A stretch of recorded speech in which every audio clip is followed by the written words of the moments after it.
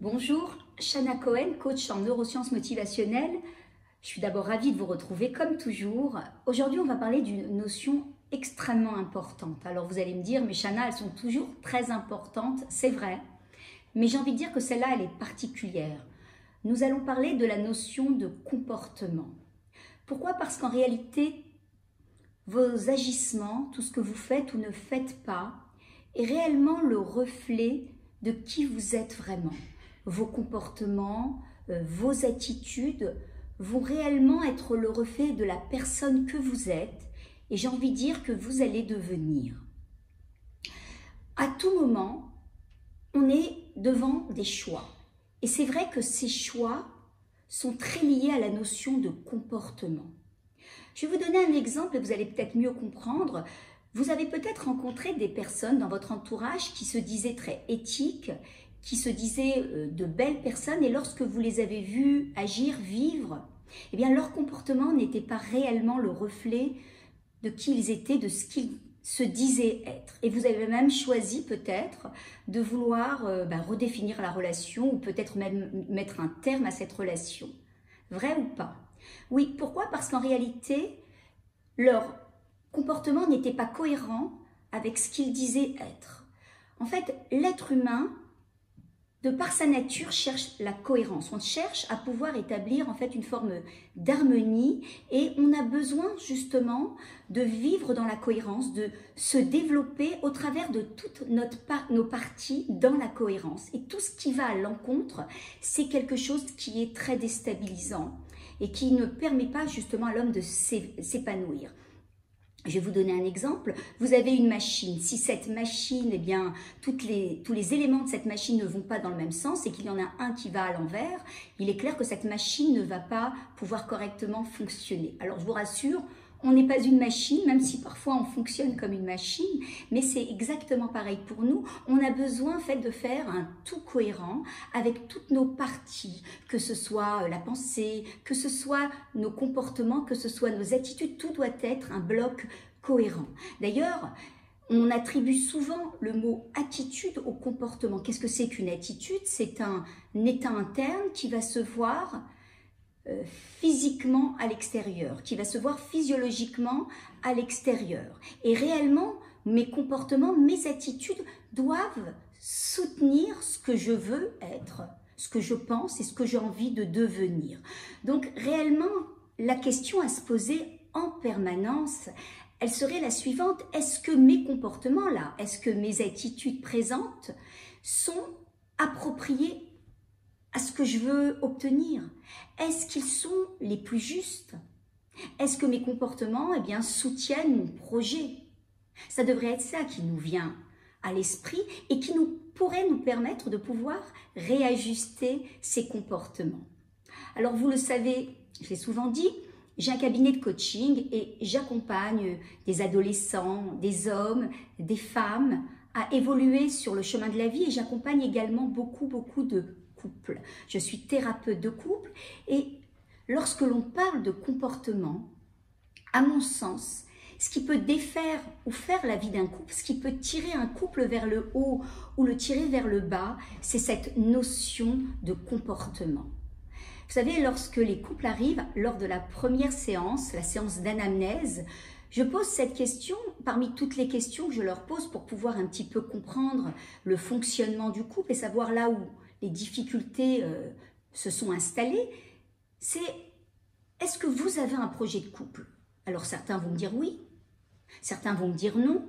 Et souvent, lorsqu'on répond oui positivement, eh bien, on a des projets très intéressants.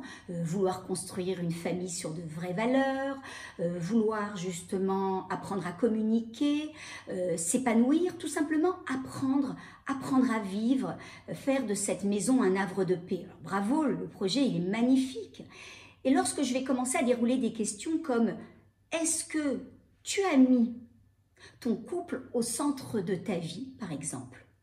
Là, la question commence à être un peu gênante. Oui, il y a des silences qui s'installent, on ne sait pas trop répondre. Et lorsque je vais un peu plus loin et lorsque je dis: dans ton couple, ou dans ta vie plus exactement, à quoi tu donnes priorité? Est-ce que tu donnes priorité à ton individualité ou est-ce que tu donnes priorité à ton couple?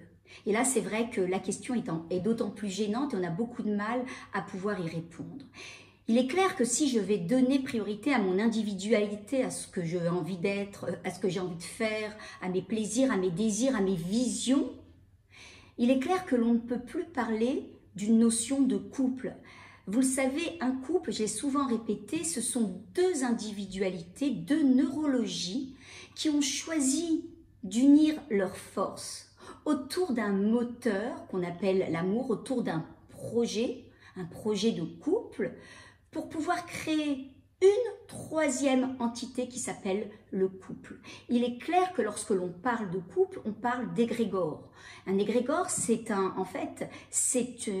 esprit qui unit un système. Donc, quand on parle de couple, on parle d'un système d'équipe. Et là, on n'est plus dans une équipe gagnante. On travaille plutôt son individualité. À quoi je donne priorité? Est-ce que je donne priorité à mes plaisirs, à ma vision des choses, ou est-ce que je donne priorité à mon couple?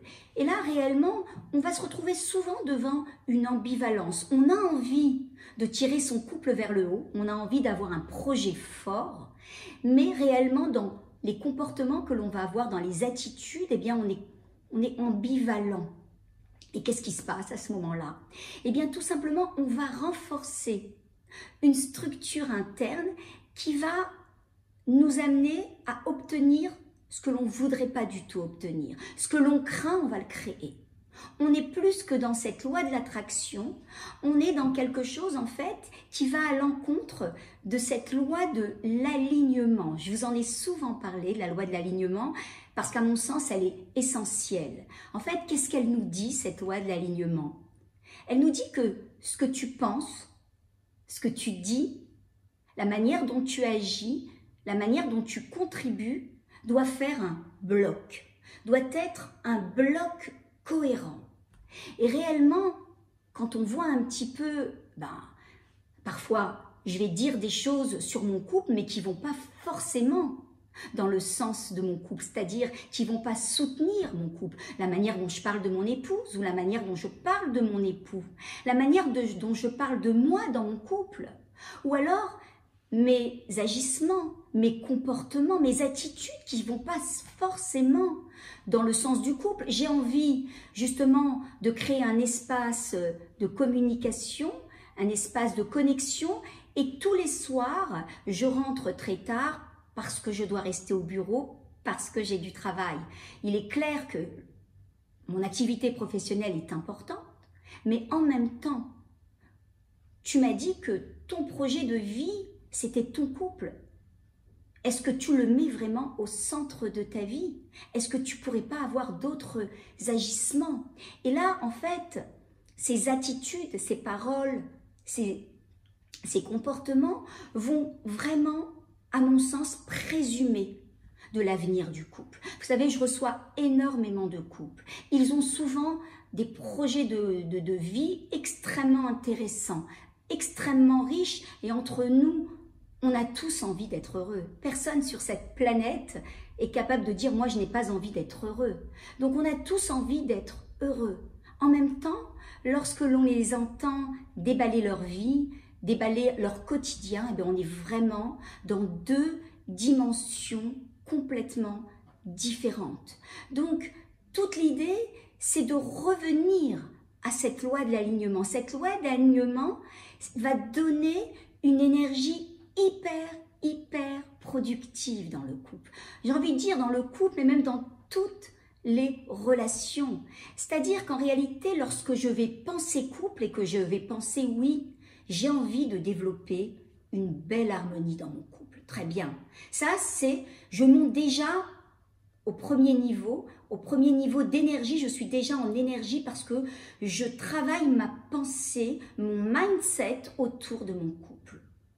Mais lorsque je vais aussi parler, dire et soutenir mon couple au travers de mes paroles, les mettre dans ma bouche comme quelque chose qui est une institution forte, là, entre la pensée et la parole, je suis montée en énergie. c'est plus du tout la même chose. Et lorsque je vais justement agir concrètement, agir massivement vers le projet de vie sur lequel je me suis arrêtée, ce projet de vie qui veut que j'ai envie de tirer mon couple vers le haut, automatiquement je suis dans un bloc très cohérent, tout est très cohérent. Et là, mon inconscient va dire, Chana, elle parle, elle pense, elle parle, elle agit, donc c'est vrai. Je vais lui donner l'énergie qui va avec. Et ça marche comme cela. Donc, tout l'intérêt, c'est de pouvoir créer ce qu'on appelle de la cohérence avec toutes mes parties, avec tous ces canaux d'expression qui sont la pensée, la parole et l'action. Penser couple, parler couple et agir couple. Toute la question, c'est réellement se poser, est-ce que mes comportements sont appropriés à ce que j'ai envie de développer dans ma relation de couple? Est-ce que ce sont des comportements qui sont les plus justes dans ma situation de couple? Et là, y répondre. Alors, vous le savez, je suis une femme pragmatique dans ma vie personnelle, mais également dans mon activité professionnelle de coach. J'aime les choses pratiques. Je vais justement vous donner 3 outils qui vont vous permettre, 3 questions qui vont vous permettre de savoir si vous avez les comportements appropriés pour la situation que vous êtes en train de vivre. Ces 3 questions, écoutez-les bien et surtout, faites-les résonner le plus souvent dans votre esprit. La première question serait, que ferait la version la plus belle de qui je suis dans cet instant présent? Qu'est-ce qu'elle ferait? Quel comportement elle aurait? Cette version la plus belle, quel choix elle ferait? Là, ne serait-ce qu'en posant cette question, vous êtes en train de vous visionner dans cette version la plus belle de qui vous êtes et vous êtes en train justement de vous rapprocher des comportements que vous avez envie d'avoir. Qu'est-ce que ferait la version la plus belle à cet instant présent? Ça, c'est la première question. La deuxième question, c'est que ferait l'amour maintenant? Qu'est-ce que ferait l'amour maintenant dans cette situation? À quoi elle m'inviterait? Et vous le savez, sur cette planète, il y a 2 émotions. L'amour et son contraire, la peur. Donc, ayez toujours, mes amis, des comportements qui sont à base d'amour. Sinon, vous agirez, mais vous serez plutôt posté peur. Et ça, c'est beaucoup moins bon, beaucoup moins évolutif et c'est pas quelque chose qui tirera qui vous tirera vers ce que vous avez envie de réaliser et de réussir. Donc, qu'est-ce que ferait l'amour maintenant? 3e question, quels seraient les comportements les plus appropriés maintenant? Oui, quels seraient les comportements les plus appropriés maintenant dans cette situation? Ou encore mieux, quelles seraient les attitudes qui vont me surprendre et qui vont surprendre l'autre? Oui, ces attitudes qui risquent de surprendre l'autre, quelque chose que je ferais d'inhabituel et qui me surprendrait. Ou encore, quels seraient en fait, les comportements d'une personne qui se sentirait responsable dans la relation? Qu'est-ce qu'elle ferait cette personne? Et là, vous êtes en train tout simplement, en vous posant ces questions, je dis souvent 2 bonnes questions amènent de bonnes réponses.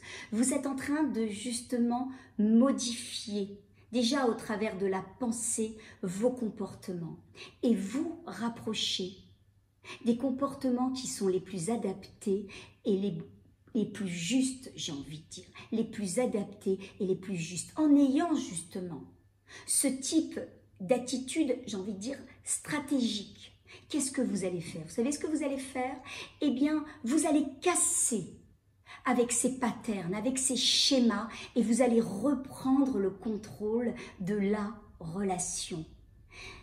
Tout est une question de choix, je vous l'ai dit au début, Et cette question de choix est liée à vos comportements. Donc choisissez d'abord toujours de vivre en conscience et choisissez des comportements que vous avez envie de créer à tout moment dans toutes vos relations. Et là, qu'est-ce qui va se passer? Eh bien, vous allez vivre de plus en plus d'expériences extrêmement constructives, extrêmement riches, et vous allez justement avancer, évoluer. Donc vous l'avez compris, c'est une capsule extrêmement importante, j'ai envie de dire essentielle. Revisitez-la, réécoutez-la. Notez toutes ces questions qui, à mon sens, sont extrêmement importantes. Répondez-y. Et en plus de ça, pensez à partager, parce que je pense que le bien que l'on peut faire autour de soi est quelque chose d'extrêmement gratifiant. Donc, partagez-la au maximum. Et vous le savez, nous pouvons nous retrouver sur Instagram également, sur ma chaîne YouTube. Inscrivez-vous sur cette chaîne, donnez-lui de la vie à cette chaîne. Comme ça, je donnerai encore plus de matière, encore plus d'outils pour vous permettre d'avancer dans votre chemin de la vie. Et j'ai pas envie de vous quitter comme ça. J'ai envie de vous donner un dernier homework. Vous voyez, je vous lâche pas. Ce homework est le suivant. Vous allez prendre une feuille dès que vous allez me quitter là et vous allez écrire quels seraient les 10 comportements que si je les avais, ces comportements, feraient passer ma relation de couple au niveau supérieur. Choisissez 10 comportements que si vous les aviez à cet instant-là, feraient passer justement votre couple au niveau supérieur et laisseraient entendre à l'autre que vous êtes responsable et impliqué dans votre relation. Donc n'attendez pas, travaillez, ayez une semaine, d'abord une très belle semaine, une semaine de construction. Moi, je vous retrouve déjà la semaine prochaine pour notre grand événement qui est cette formation sur vaincre le stress et l'anxiété. Hein. C'est un moment très attendu. D'ailleurs, il ne reste plus que 3 places. Je vous invite à vous y inscrire. Je vous dis à très bientôt. Donnez-moi de vos nouvelles. À très bientôt. Au revoir.